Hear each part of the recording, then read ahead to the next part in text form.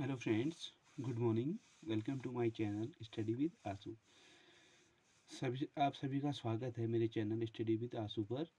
देखिए फ्रेंड्स, कल मैंने लास्ट क्लास दी थी आप लोगों को मैंने स्वर बाउल्स पढ़ाए थे, जिसके बारे में मैंने बेसिक नॉलेज आज कराया था। आज हम पढ़ेंगे स्वरों के भेद।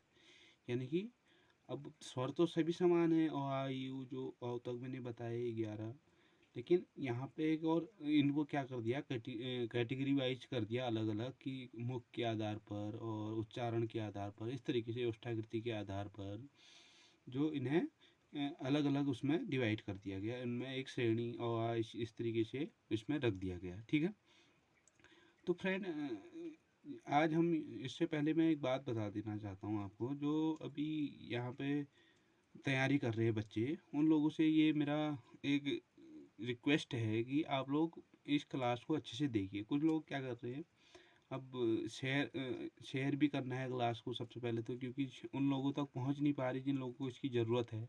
आप लोग देख रहे हो और उसको बस बंद कर दे रहे हो। मैं कह रहा हूँ कि डेली आप लोग कमेंट कीजिए, लाइक कीजिए, ताकि मुझे भी पता चले कि भाई क्या हो रहा है इसमें, या कितना अच्छा मैं कर पा रहा हूँ, ताकि मेरा भी इससे कॉन्फिडेंस बढ़ेगा। इसलिए मैं कह रहा हूँ कि आप लोग कमेंट कीजिए एक बार, कि हाँ भाई सही हो रहा है, गलत हो रहा है, इस तरीके से। अगर कोई कमी नज़र आती, जैसे कि बीच में कुछ बच्चे ने कहा कि सर आपका कैमरा, अब नया नया मैंने चैनल बनाया, आप सभी को पता है, तो इसमें थोड़ा बहुत दिक्कतें होती है। आप उस लोगों का आशीर्वाद बना रहा, तो आगे वो बोर्ड में भी पढ़ाऊँगा अच्छे से, वाइट बोर्ड वगैरह लेके। तो बस आप लोगों का प्यार चाहिए भाई मुझे, है ना। मैं कर रहा हूँ, आप लोगों के लिए ही कर रहा हूँ, इसमें मेरा कोई फ़ायदा नहीं है। मैं पहले ही कह रहा हूँ, मैं सिर्फ इसलिए कर रहा हूँ ताकि जो बच्चे सही डायरेक्शन नहीं मिल पाते भी, पुलिस वगैरह आज से आचार संहिता भी लग गई है। तो अब तो इस बीच तो अब मुश्किल है कोई पोस्ट आना, लेकिन उसके बाद, चुनाव के बाद, फिर हमारी जो भी है एग्ज़ाम होने लगभग निश्चित है। क्योंकि अभी चुनाव अगर होते हैं तो अगले 10 मार्च को उसका रिलीज हो जाएंगे चुनाव, जो भी उसका डिसीजन है। उसके बाद नई सरकार जो भी गवर्नमेंट बनेगी, सीधे उन्होंने वो काम करना है। ठीक है, इसमें भर्तियां जो हुई है हमारी इस बीच, वो कल देखा आपने, वन दरोगा का जो वो भी रिजल्ट निकल चुका है। तो होना निश्चित है, बस आप बने रहिए। भले ही कभी भी होना, तो एग्ज़ाम तो होगा ही ना। तो उस लायक बन जाओ तब तक। अगर तैयारी उस लायक कर लोगे तो कौन रोकेगा बताओ तुम्हें? कोई रोक सकता है? उस लायक तैयारी जो कर लोगे तो कौन रोकेगा बताओ। और अब हिंदी पॉलिटी हर चीज़ को साथ लेके चल रहा हूँ। उत्तराखंड हो गया, तो आप लोग देखो, आज की क्लास स्टार्ट करते हैं ज़्यादा टाइम वेस्ट ना करते हुए। स्वरों के भेद, ठीक है। आज हम पढ़ेंगे स्वरों के भेद, जो इनके वाउल, टाइप्स ऑफ वाउल्स क्या होते हैं, कितने इसमें डिवाइड किया गया है। सबसे पहले तो होता है मुखाकृति के आधार पर। किसके आधार पर? मुखाकृति के आधार पर।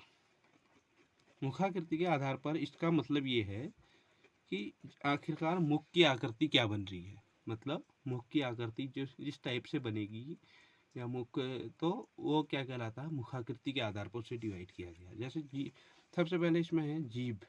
क्या है? जीभ किस तरीके से होती है? जीभ, इसमें तीन, जो हमारी जीभ है इसको तीन भागों में बांटा गया है जीभ के आधार पर। एक तो होता है अग्रस्वर, अग्र हो गया, और मध्य हो गया, और एक पश्च हो गया। क्या हो गया? पश्च हो गया। ठीक है, मध्य, अग्र और पश्च। अग्र में क्या आता है? मध्य में, सबसे पहले तो मध्य में इसने अ को रखा गया है इसमें। मध्य है।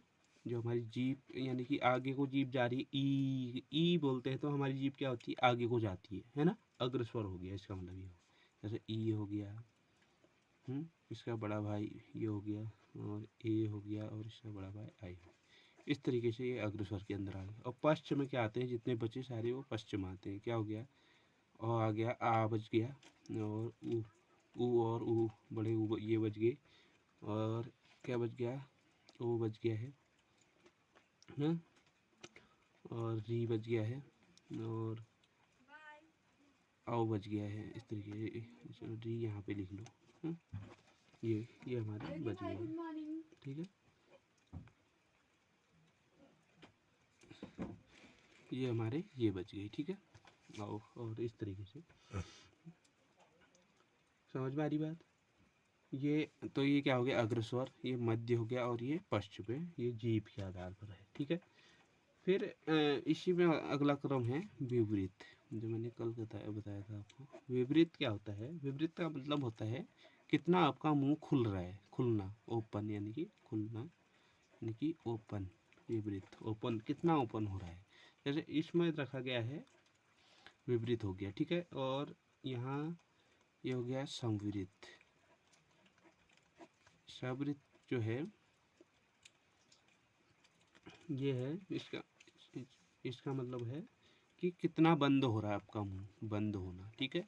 कि सबसे पहले इसका मीनिंग समझ लो, इसमें क्या क्या रखा गया है वो फिर बताता हूँ। फिर होता है अर्धवृत्त। क्या हो गया?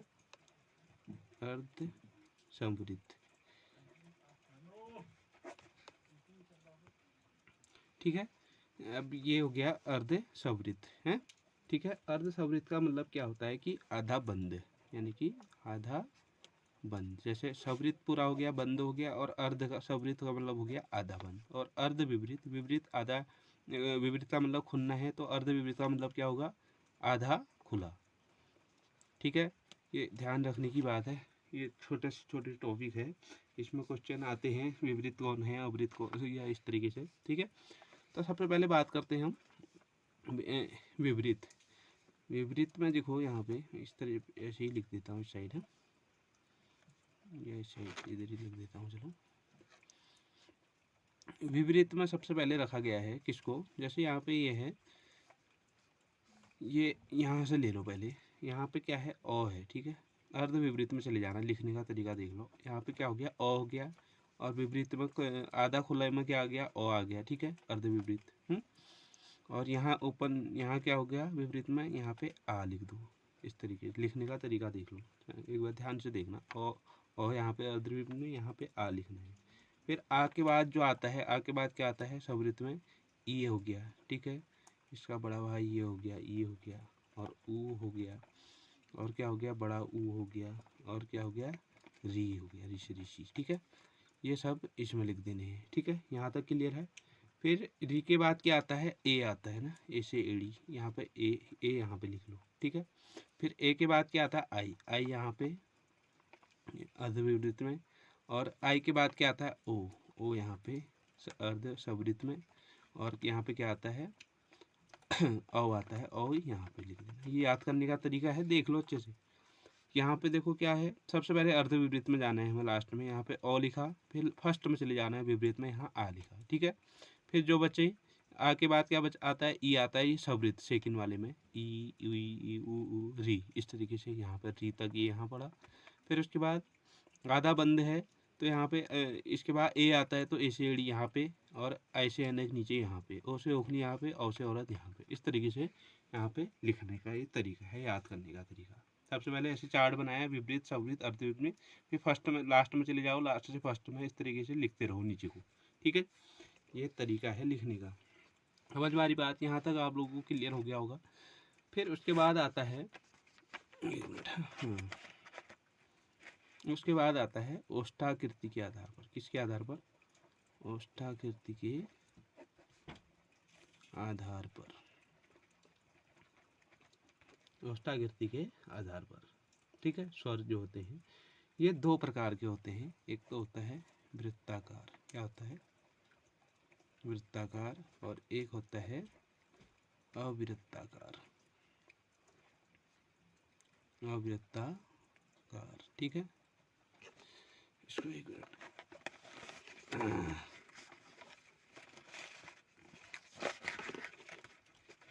अवृत्ताकार, ठीक है।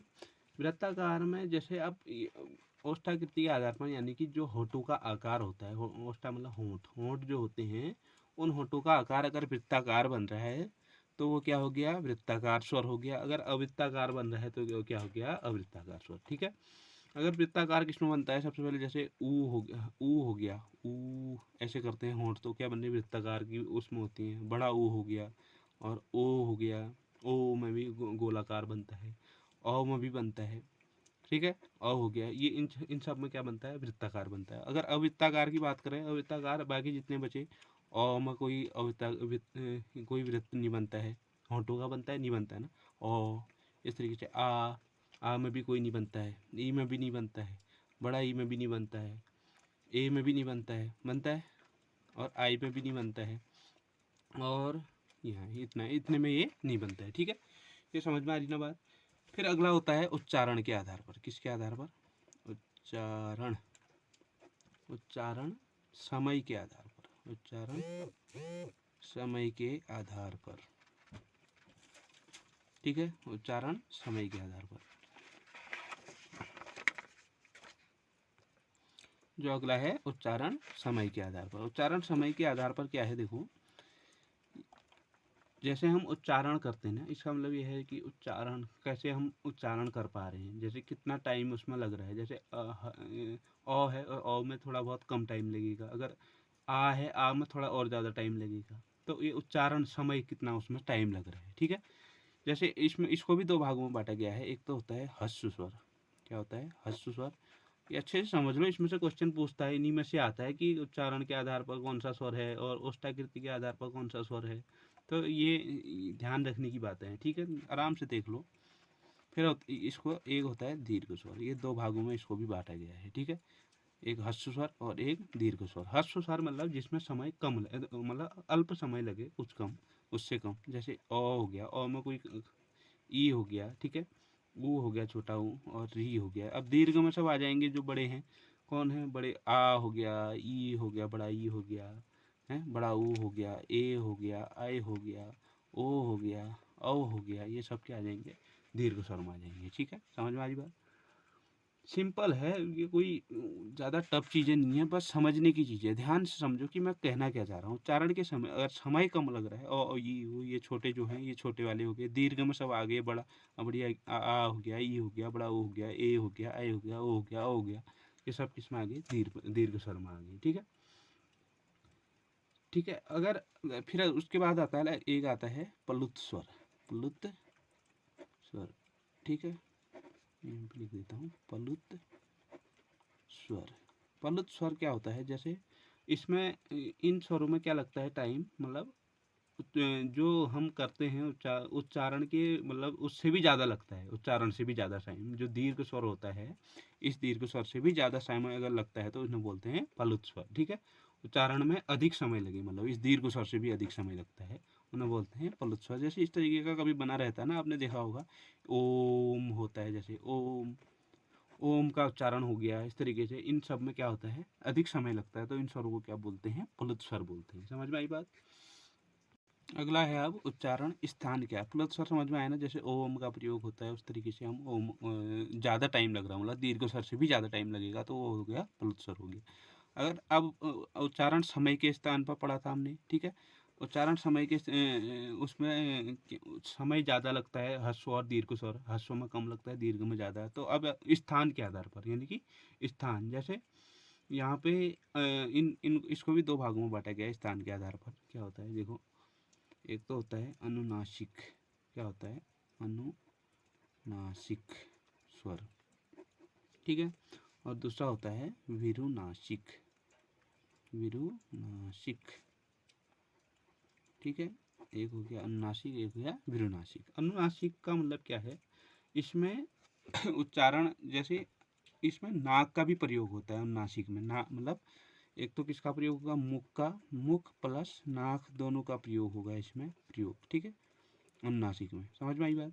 अनुनासिक में जैसे हम करते हैं चाँद। चाँद में हमारा किसा आँख, चाँद, आँख, ना, जिसमें चंद्र बिंदु आता है। इस तरीके, जैसे चाँद हो गया, चाँद हो गया, तो ये क्या हो गया हमारा? इसमें नाक का प्रयोग हो रहा है, आँख, इस तरीके से। ठीक है, जो मतलब इस तरीके का जो चिन्ह होगा वो क्या हो गया? आँख। ये और एक चिन्ह ये होता है, जैसे हमने कहा मैं, इसमें हम इस तरीके से दिखाते हैं ना, मैं ये बिंदु जो आता है यहाँ पे, तो ये इसमें भी क्या होता है? ये भी अनुनासिक होता है। ठीक है, ये कभी पूछ देता है कि इसमें से जैसे ये दे दिया तुम्हें, मैं दे दिया, वो पूछेगा यार इसमें किस चिन्ह का प्रयोग हो रहा है, तो ये अनुनासिक चिन्ह का प्रयोग हो रहा है। ठीक है, समझ में आ रही बात? ये ध्यान रखना। और ये हो गया। ठीक है, ठीक है। ये हो गया हमारा अनुनासिक स्वर आ गया। जैसे ये अंक चांद बिंदु हो गया ये, और ये अंक बिंदु हो गया। ये क्या होगी हमारे चंद्र बिंदु और अंक बिंदु, ये हमारे अनुनासिक स्वर कहलाए, क्योंकि इसमें नाक और मुख का दोनों, और इसमें भी अनुनासिक में केवल मुख का प्रयोग होता है, जो केवल मुख का, जो अ से अ तक जो भी आते हैं इसमें सब ये विरुनासिक स्वर कहलाते हैं। समझ बारी बात, समझ रहे हो ना इस चीज़ को? सिंपल है, कोई टफ नहीं है, बस समझने की कोशिश करो, कोई वो नहीं है। एक बार ध्यान से देखो क्लास को, ठीक है। अयोग वाह, फिर अगला होता है अयोग वाह। अयोग वाह स्वर वही कहलाते हैं जैसे मैंने कल कराया था, जो ये ना ही पूर्ण तरीके से, ना ही पूर्ण स्वर और ना ही व्यंजन, और ये आप सभी जानते हैं, कल भी मैंने बताया था क्या होते हैं। अंक और अह ये दोनों क्या कहलाते हैं, अयोगवा स्वर का है। ये पूरी तरह ना ही स्वर है ना ही व्यंजन। देखो ये क्लास आज की कंप्लीट होती है। अयोगवा स्वर समझ में आया ना? ना ये ना ही पूर्ण स्वर है ना ही व्यंजन है, ये क्योंकि ये अंक और अह जो ये मैंने कहा था क्या, ये विसर्ग हो गया, ये अनुनासिक हो गया, अनुस्वार। ठीक है, इस तरीके से हम करेंगे। आज ये क्लास हमारी कंप्लीट होती है, स्वर हमारे कंप्लीट। स्वर मैंने कल स्वर कराया था, उसके बाद स्वरों के जो इनके जो भेद है ये करा दिए मैंने आज। सिंपल है, समझिए इस चीज़ को, इसमें से बहुत क्वेश्चन पूछता है। ठीक है, सिंपली बता रहा हूँ मैं, 2-3 क्वेश्चन तो पक्का स्वर और व्यंजन में से दिखते हैं। अभी इसके बाद अगली क्लास व्यंजन की आएगी, वो भी अच्छे से करा दूंगा। उस चीज़ को आप समझिए, बस हो गया। ठीक है, तो फ्रेंड देख लो एक बार इस क्लास को, और अच्छे से इसको शेयर करिए, और जिसने चैनल सब्सक्राइब नहीं किया है वो सब्सक्राइब भी कर लीजिए। ठीक है, और बाकी लाइक कमेंट जरूर करना है। पिन कमेंट, जो बच्चा कमेंट करेगा मुझे भी हाँ कॉन्फिडेंस बढ़ेगा यार, हाँ भाई कि मैं क्या कर रहा हूँ क्या नहीं कर रहा हूँ। ठीक है, जरूर कमेंट करना। Okay, thank you.